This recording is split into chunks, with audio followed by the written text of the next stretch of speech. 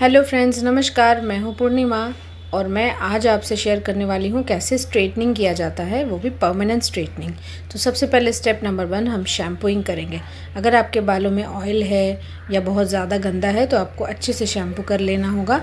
थोड़ा भी डस्ट नहीं रहना चाहिए। एकदम अच्छे से क्लीन करने के बाद हम अच्छे से प्रोडक्ट का, सबसे पहले मैं आपको प्रोडक्ट दिखा दूँ। ये देखिए, मैं स्ट्रिक्स का कैनवोलाइन से कर रही हूँ। ये इंटेंस हेयर के लिए है। मीन्स आप जो पतली हेयर्स है, जिनके बाल बहुत ज़्यादा कर्ल्स नहीं है, आप इससे कर सकते हो। तो सबसे पहले देख लीजिए, मैंने आपको प्रोडक्ट दिखा रही हूँ कि इसमें क्या क्या रहता है। इसमें रहता है स्ट्रेटनिंग क्रीम एंड न्यूट्रलाइज़र। तो ये दो जो पैकेट्स हैं वो न्यूट्रलाइज़र हैं, और इसमें बाउल एंड ब्रश भी आया है। देखिए, ये बहुत ही रीज़नेबल प्राइस में आपको मिल जाएगा। और हमें ये कॉम्ब और क्लिप भी चाहिए, जो आपको मैं दिखा रही हूँ, जिसके हेल्प से हमें ये अप्लाई करना है। तो आइए देखते हैं। सबसे पहले हम अपने बालों को अच्छे से क्लीन कर लेंगे एंड अच्छे से सेक्शनिंग करना बहुत ज़रूरी है। बालों में प्रॉपर क्रीम लगा पाए हम, कहीं पे भी छूटना नहीं चाहिए। अच्छे से इमल्सिफाई करना होगा आपको। देखिए, मैंने सबसे पहले हाफ़ ट्यूब यूज़ किया है। मेरे बाल बहुत ही पतले एंड लेंथ भी बहुत शॉर्ट है, तो मैंने सबसे पहले थोड़ा कम लिया है। हमें अगर फिर से लगेगा तो मैं वापस ले लूँगी, वेस्ट नहीं होना चाहिए। देखिए, स्टेप नंबर 2, अब हम क्रीम एप्लीकेशन करेंगे।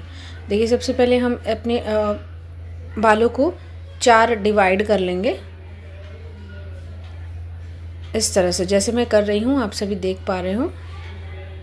देखिए, मैं खुद अकेले ही कर रही हूँ, मैंने किसी का हेल्प नहीं लिया है। आप अगर थोड़ा अगर ठीक से समझ पाए इस वीडियो को तो आप खुद भी कर सकते हो। हाँ, लेकिन अगर आपका बहुत ज़्यादा लंबे बाल हो, घने बाल हो या कर्ली हेयर्स हो तो आप नहीं कर पाओगे। मैं आपको बता रही हूँ, क्योंकि उसमें थोड़ा सा लगता है, आपको पीछे से भी देखने की ज़रूरत पड़ती है। मेरे हेयर्स ऑलरेडी बहुत ज़्यादा कर्ल्स नहीं थे, हल्का वेव होता है एंड थोड़ा मेसी, मतलब कि फिनिशिंग लुक नहीं आता है मेरे बालों में, इसलिए मैं स्मूथनिंग करती हूँ, खुद से करती हूँ। क्रीम लगाने से पहले मैं आपसे बताना चाहूँगी कि ये जो भी हम प्रोडक्ट यूज़ कर रहे हैं ये केमिकल होता है। सो हमें किसी भी हालत पे स्कैल्प पे टच नहीं होना चाहिए प्रोडक्ट का। तो हम इस बात का ध्यान रखेंगे, और जब भी हम प्रोडक्ट यूज़ कर रहे हैं हाथों में ग्लव्स पहन लेंगे। देखिए, मैंने कैसे किया है। तो सबसे पहले मैंने अपने बालों को, फ्रंट वाले को मैंने रख लिया। सबसे पहले पीछे के बालों को अप्लाई किया है। फ्रंट के बालों को हम इस तरह से क्लिप कर लेंगे।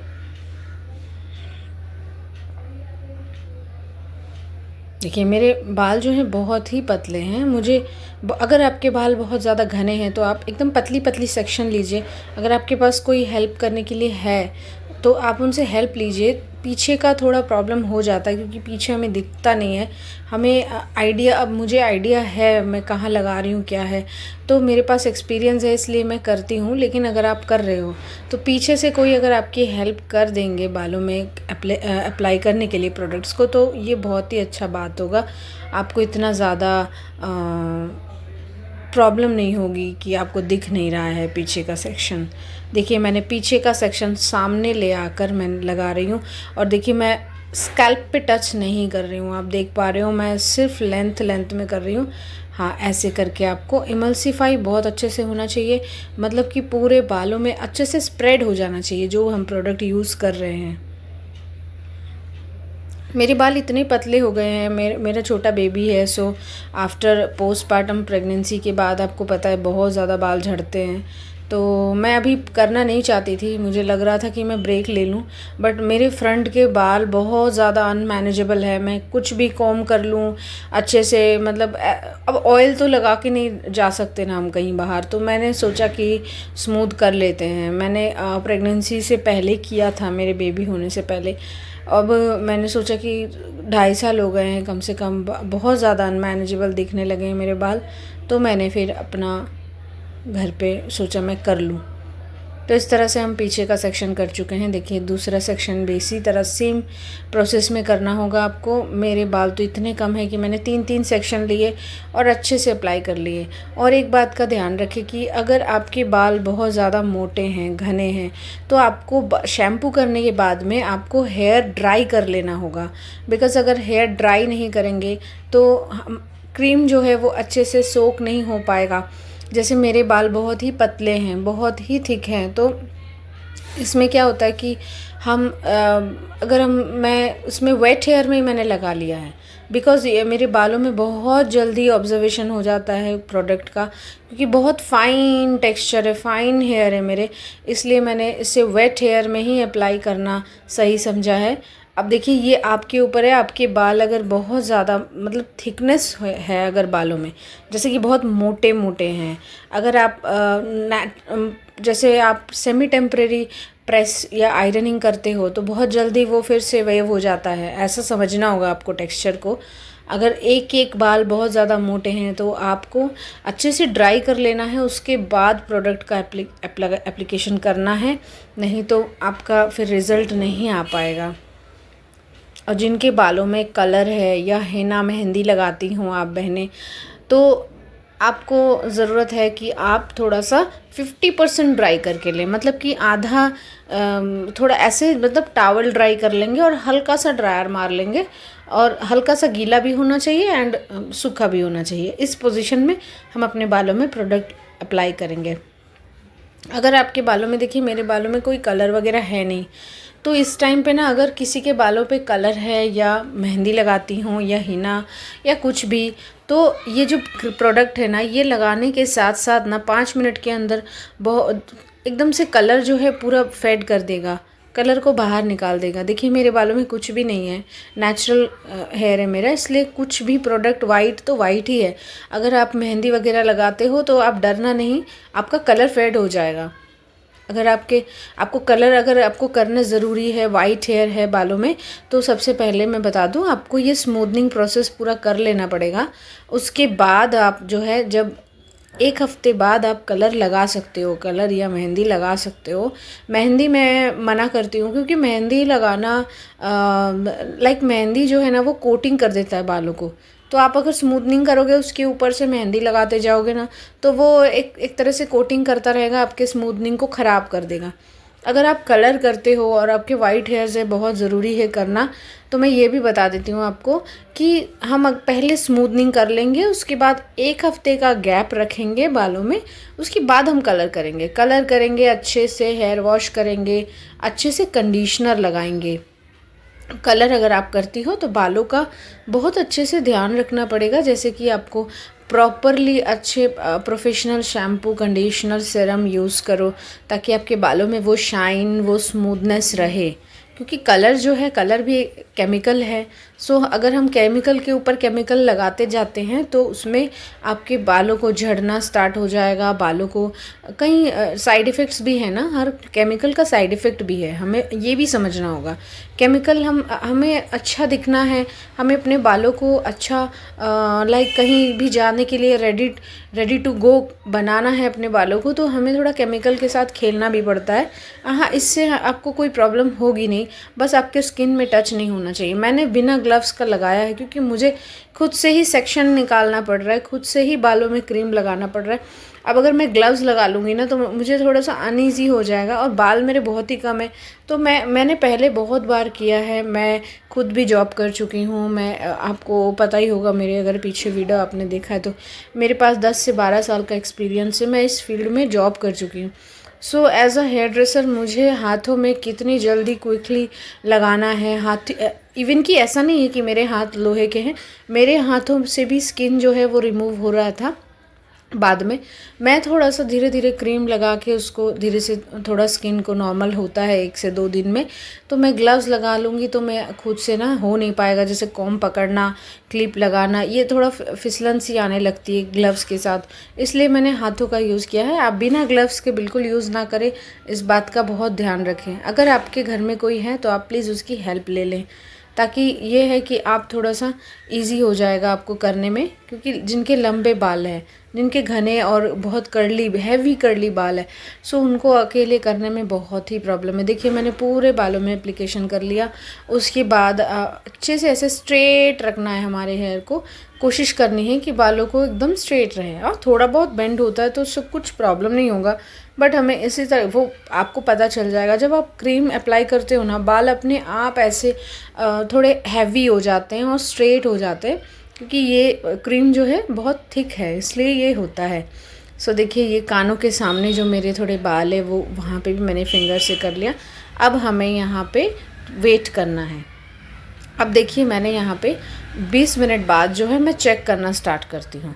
जी हाँ, बिल्कुल क्रीम लगाने के 20 मिनट बाद हम इस तरह से चेक करेंगे। देखिए थोड़े से बालों के गुच्छे को ले लिए और इसमें से हम थोड़ा सा वन स्ट्रैंड हमें निकालना है बालों का, और हमें इस तरह से स्प्रिंग की तरह यूज़ करके देखना है। जैसे कि हम इसे देखिए मैं ऐसे करके, समझिएगा इस बात को, मेरे कैमरा इतना ज़्यादा एडवांस लेवल का है नहीं, मैं फिर भी कोशिश कर रही हूँ दिखाने की। अब ये देखिए इसमें ना बाल हम जब ऐसे खींचते हैं ना तो वो फिर से ना ऐसे बाउंस होके पीछे चला जाता है एंड कर्ल्स मूव आ जाता है।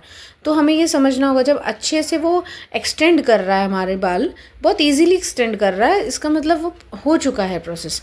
और अगर बाल ऐसे खींच रहे हों और टूट गया बीच में, जैसे कि मतलब कि वो ज़बरदस्ती हम खींच रहे हैं और टूट गया, मतलब कि हुआ नहीं। अगर बाल हम खींच रहे हैं, अगर वो इलास्टिसिटी नहीं आई है बालों में, तो मतलब कि नहीं हुआ है। अगर बालों को खींचने के बाद इलास्टिसिटी आ चुकी है, मतलब वो स्प्रिंग की तरह बाउंस कर रहा है, सो हम समझेंगे कि हाँ हमारा प्रोसेस हो चुका है, बाल जो है ये प्रोडक्ट जो है वो बालों में एक्टिवेट हो चुका है। तो इस बात का ये मेन प्रोसेस है, आपको बहुत समझना ज़रूरी है। मेरे बाल बहुत ज़्यादा फाइन टेक्सचर है, इसलिए मेरे बाल बहुत जल्दी हो जाते हैं। हमें इसे कभी कभी ऐसा भी करना होता है कि कर्ली बाल है या फिर बहुत ही घने बाल है, तो हम उसे 55-60 मिनट्स भी रखना पड़ जाता है। आपको इस बात का ध्यान रखना होगा, मगर मैक्सिमम आप 50-55 मिनट्स रख सकते हो, और मिनिमम हम 20 मिनट्स 15 to 20 मिनट से हम चेक करना स्टार्ट कर देंगे अपने बालों को। देखिए उसके बाद हमने जो है बाल मैंने धोना स्टार्ट कर दिया है। इस तरह से आप शावर भी ले सकते हो। शावर मैंने इसलिए यूज़ नहीं किया कि वो प्रोडक्ट फिर हमारे बॉडी में भी लग जाएगा, तो बेटर है कि आप खुद से कर रहे हो तो आप ऐसे इस तरह से टैप के नीचे आप अपने बालों को स्ट्रेट करके अच्छे से, प्रोडक्ट जब तक निकलता है आप जब हाथ से धोगे आपको समझ आएगा कि एकदम लिसी सी नहीं होनी चाहिए, एकदम अच्छे से ईजी हो जाना चाहिए बाल। देखिए इस तरह से मैंने किया तो ये पूरा फ्री हो गया बाल। उसके बाद में जो है अब हमारा अगला प्रोसेस है कि हम इसे ड्राई करेंगे, ब्लो ड्रायर करेंगे। ब्लो ड्रायर करके उसके बाद हम इसे आयरनिंग करेंगे, मतलब प्रेस करेंगे। सो देखिए सबसे पहले मैंने अच्छे से कॉम्ब कर लिया है बालों को। कॉम्ब करने के बाद में अब मैं कर रही हूँ ड्रायर। मेरे बाल ऑलरेडी देखिए बहुत ज़्यादा कर्ल्स नहीं थे, जो मैंने पहले भी बताया है, तो इसमें आपको लग रहा होगा कि कुछ चेंजेस तो आए नहीं हैं ख़ास। लेकिन अगर आप बहुत ज़्यादा हैवी कर्ल्स या वेवी हेयर्स पे करते हो तो आपको वो टेक्सचर समझ आ जाएगा। ये क्रीम अप्लाई के बाद आपको समझ आ जाएगा कि हाँ बाल थोड़े स्ट्रेट हो गए हैं। हाँ अभी भी आपको अनमैनेजेबल लग सकता है, क्योंकि ये लास्ट में हमें जो है स्मूथनेस देगा। ये जो है अब ये हेयर के एक्टिवेशन लेवल को बढ़ा दिया है, मतलब कि इलास्टिसिटी अभी इसकी बॉन्ड ओपन हो चुकी है, हमारे हेयर की बॉन्ड ओपन हो चुकी है। अब हम इसको ड्राई करेंगे। अब हम इस पोजीशन में अपने बालों को जैसा भी रखेंगे वो वैसा ही टेक्सचर ले लेगा। तो इसलिए हमें अच्छे से हेयर को ड्राई करना है, स्ट्रेट मूवमेंट लेकर। देखिए मैं कैसे ड्राई कर रही हूँ, उल्टा फुल्टा हवा लगा के उड़ा नहीं रही हूँ। आपको इसी तरह से ड्रायर पकड़ना है ताकि बाल जो है सीधे तरीके से सूखें। ऐसा नहीं है कि एकदम उलझा दें हम बालों को, अच्छे से धीरे धीरे पूरे हेयर को सुखा लेंगे। करने के बाद हम अब आ गया हमारा प्रोसेस आयरनिंग का। सो अब हम आयरनिंग करेंगे। आयरनिंग करने के लिए भी हमें 100% ड्राई करना है, हमें कहीं पे भी गीला नहीं होना चाहिए। तो उसके बाद हम अच्छे से ड्राई हो जाए अब देखिए कोई मेरे पास हेल्प नहीं है तो मैं नहीं कर पाई। इस पोजीशन में एक और प्रोसेस है, जैसे कि ब्लो ड्राई करना, पैडल ब्रश से ब्लो ड्राई करना। अब मेरे पास में सारा सामान है, लेकिन मैं खुद अकेले खुद से ब्लो ड्राई नहीं कर सकती हूँ, तो मैंने इसको स्किप किया है। मैंने इसको क्या किया है कि अच्छे से ड्रायर से ही कर लिया है। एंड उसके बाद देखिए ऐसे ही 4 पार्ट में हम डिवाइड कर लेंगे अपने हेयर को, इसी तरह से year to year and neck to neck. तो मैंने ऐसा किया है। अगर आपके पास कोई आपको कर रहा है, आप किसी के बालों पे कर रहे हो, तो आपको ऐसे करना है कि ईयर टू ईयर सेक्शन ले लेना है। मतलब कि अपने जितने भी बाल है आपके पास उसके 4 भाग बना लेने हैं, डिवाइड इनटू 4 सेक्शंस। उसके बाद थोड़े थोड़े मतलब पतले पतले से सेक्शन ले लेके आपको प्रेस करना है। देखिए मेरे बाल बहुत ही इजी है करने के लिए, बाल बहुत ही कम है मेरे पास, इसलिए मैंने देखिए इतना पतला सेक्शन लिया नहीं है। और मेरा छोटा बच्चा है, मेरे पास इतना टाइम भी नहीं था, मैं उसको स्कूल में डाल के फटाफट करने की कोशिश कर रही थी। तो देखिए आपको इसी तरह से जो है अपने बालों को प्रेस करते रहना होगा।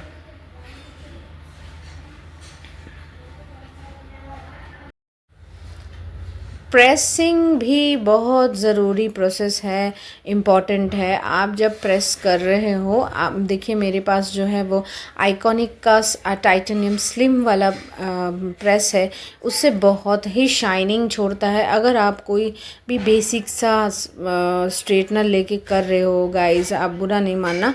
अगर देखिए किसी भी चीज़ का ना क्वालिटी के ऊपर डिपेंड करता है कि आपके रिज़ल्ट कैसा देगा। सो जो है आप अगर प्रोफेशनल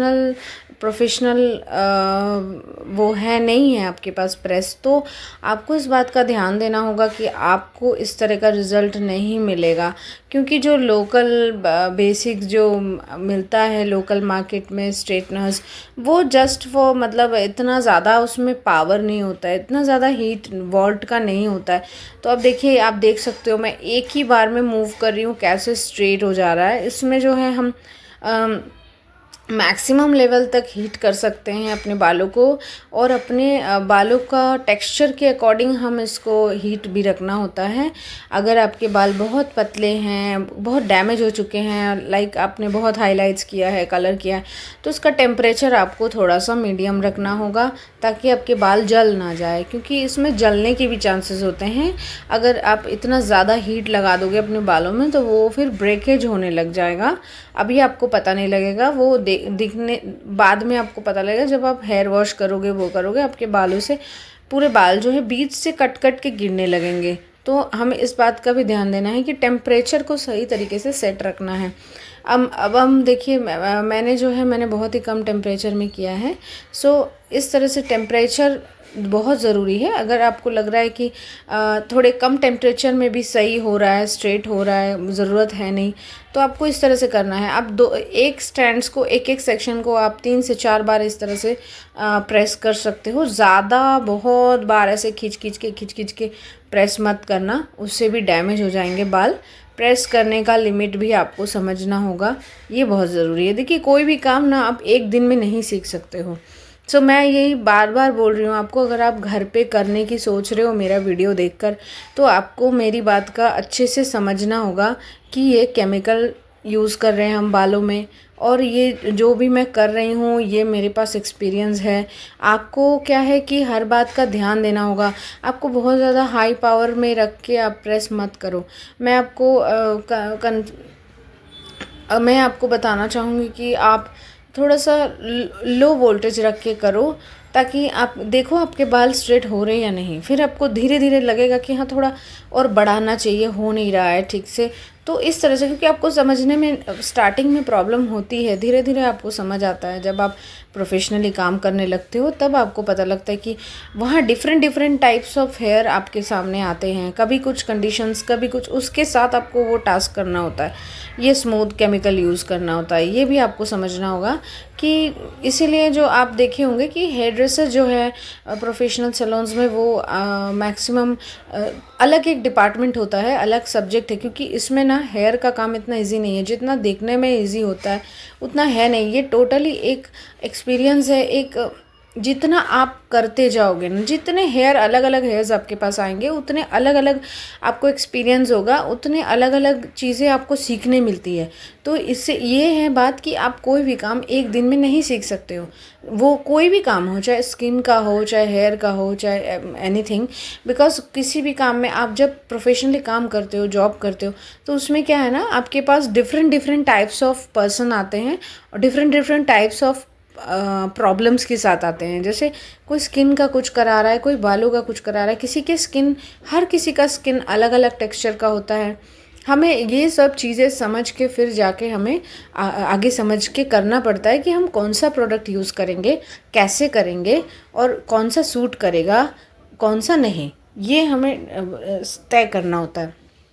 तो इसलिए मैं बार बार कह रही हूँ कि हम जब भी करेंगे तब भी हम ये अच्छे से देखेंगे कि किसके हेयर पे कर रहे हैं, किसके स्किन पे कर रहे हैं वो काम, क्या उसे सूट करेगा या नहीं, इस बात का हमें अच्छे से समझ होनी चाहिए। अगर हम अपने बालों पे कुछ भी ट्राई कर रहे हैं ना, तो ये मतलब हमें ये पता होना चाहिए कि हम क्या लगा रहे हैं, इससे क्या हो सकता है, इसे कैसे करना है, क्या ये बाल ये सब चीज़ें झेल पाएगा या नहीं। तो इस बात पे ये डिपेंड होता है कि हम किस तरह से रिज़ल्ट ला सकते हैं अपने बालों पे। एक एज अ हेयर ड्रेसर मैं बता रही हूँ कि इतने टफ़ चीज़ें हैं ना, कभी कभी ऐसे क्लाइंट्स आते हैं हमारे पास कि उनके बाल में मतलब कि कलर एंड हाइलाइट्स हो के ब्लॉन्ड हो के उनके बाल ऑलरेडी डैमेज हो चुके हैं, पर फिर भी हम उनको नहीं समझा पाते। वो कहते हैं कि नहीं हमें कर दो, बस हमें स्मूथ चाहिए अपने बाल। उनको नहीं समझा पाते हम कि देखिए आपके बाल ऐसे हम करेंगे तो डैमेज हो सकता है। हम मना भी नहीं कर, अगर हमने मना कर दिया वो कहीं और जाके करा लेते हैं। कुछ क्लाइंट्स ऐसे भी होते हैं कि हम मना कर देते हैं कि देखिए आप ऐसे नहीं, अभी आप अपने बालों को पहले ट्रीटमेंट लीजिए, कुछ है ट्रीटमेंट, उसके बाद अपने बालों को पहले अच्छे से प्रिपेयर कीजिए स्मूथनिंग के लिए, उसके बाद हम स्मूथ करेंगे आपके बालों को। पर वो मानते नहीं हैं, वो हम अगर नहीं करके देंगे वो कहीं और चले जाते हैं, वहीं जाके करवा लेते हैं, पर करते ज़रूर है। तो ऐसे भी क्लाइंट्स हैं। तो गाइस हमें ये सारी चीज़ों का ध्यान रखना है और उस हिसाब से हमें करना है। प्रोडक्ट जो है वो आपके ऊपर डिपेंड करता है आप कौन सा। मैंने देखिए रिजनेबल स्ट्रिक्स का यूज़ कर लिया है मैंने, क्योंकि देखिए मुझे पता है कि उसका रिज़ल्ट कैसे आता है, मैंने पहले भी यूज़ किया। अगर आप चाहते हो कि अच्छा क्वालिटी और भी थोड़ा सा ज़्यादा एक्सपेंसिव ब्रांड यूज़ करो तो आप लॉरियल के साथ जा सकते हो, स्वैशकॉफ के साथ जा सकते हो, और भी बहुत सारे ब्रांड्स आपको ऑनलाइन अवेलेबल हो जाएंगे। मैंने अमेज़न से ऑर्डर किया था गाइज़, और ये एक ट्यूब में मेरे बालों में हो जाता है, क्योंकि मेरे हेयर बहुत ही कम है, आप देख पा रहे हो, लेंथ भी शॉर्ट है। अगर आप सेम ब्रांड से यूज़ करना चाहते हो तो आप अगर लॉन्ग लेंथ है आपके तो आप 2 ट्यूब ऑर्डर कर लेना। आप देख सकते हो बहुत ही रिजनेबल प्राइस में बहुत अच्छा रिजल्ट मिल जाएगा। ये देखिए इस तरह से आपको देखिए कैसे ध्यान देना है। मैंने देखा ये यहाँ पे थोड़ा सा ऐसे बेंड सा आ रहा है, तो मैंने फिर से यहाँ पे प्रेस किया है। इसके बाद जो है ना आपको न्यूट्रलाइज़ का यूज़ करना है, जो मैंने आपको दिखाया था कि प्रोडक्ट के साथ आया है उसे हमें यूज़ करना है। तो सबसे पहले मैंने अच्छे से देख लिया कि मेरे प्रेसिंग ठीक से हुए कि नहीं हुए। देखिए बहुत ज़्यादा ब्रेकेज, छोटे छोटे बाल हैं मेरे सामने जो प्रेस के बाद ना ऐसे उठे हुए रहेंगे। इससे आपको घबराना नहीं है। हमें न्यूट्रलाइज़ करने के बाद ना ये सारे हेयर जो है वो दब जाएंगे, ये कंट्रोल में आ जाएंगे। आपको बस अच्छे से स्ट्रेट स्मूथ कर लेना है बालों को, कहीं से बेंड और कर्ल्स ना रहे। देखिए मैंने क्या किया पहले से, अब देखिए ये हो चुका है। रिज़ल्ट देखिए आप।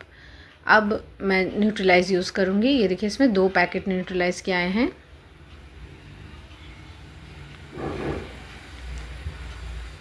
इस तरह से आप टॉवल अच्छे से, क्योंकि ये आपके ये कपड़े में लग जाएंगे, इसलिए आप ऐसे टॉवल का यूज़ कर लेना।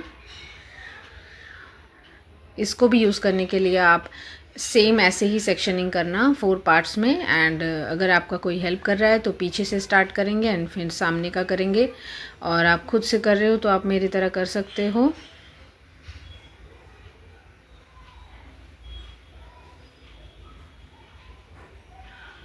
हाँ, इसे हम स्कैल्प में लगा सकते हैं न्यूट्रलाइज़ को।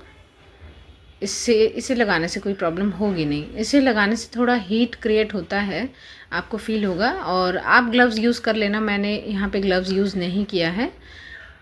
सेम रीज़न कि मैं ग्लव्स यूज़ करने से मुझे कभी ब्रश का यूज़ करना है, कभी वो हो नहीं पाता है, अनकम्फर्टेबल सा हो जाता है। सो आप ग्लव्स का यूज़ ज़रूर करना अगर आपके हाथों में हो सकता है कभी स्किन निकल जाए, रिमूव हो जाए एंड जलन होने लगे, क्योंकि न्यूट्रलाइज में भी थोड़ा ब्लीच के जैसे असर होता है, ये भी केमिकल है। सो आपको इस बात का ध्यान रखना है कि विदाउट ग्लव्स आप फर्स्ट टाइम ना करें।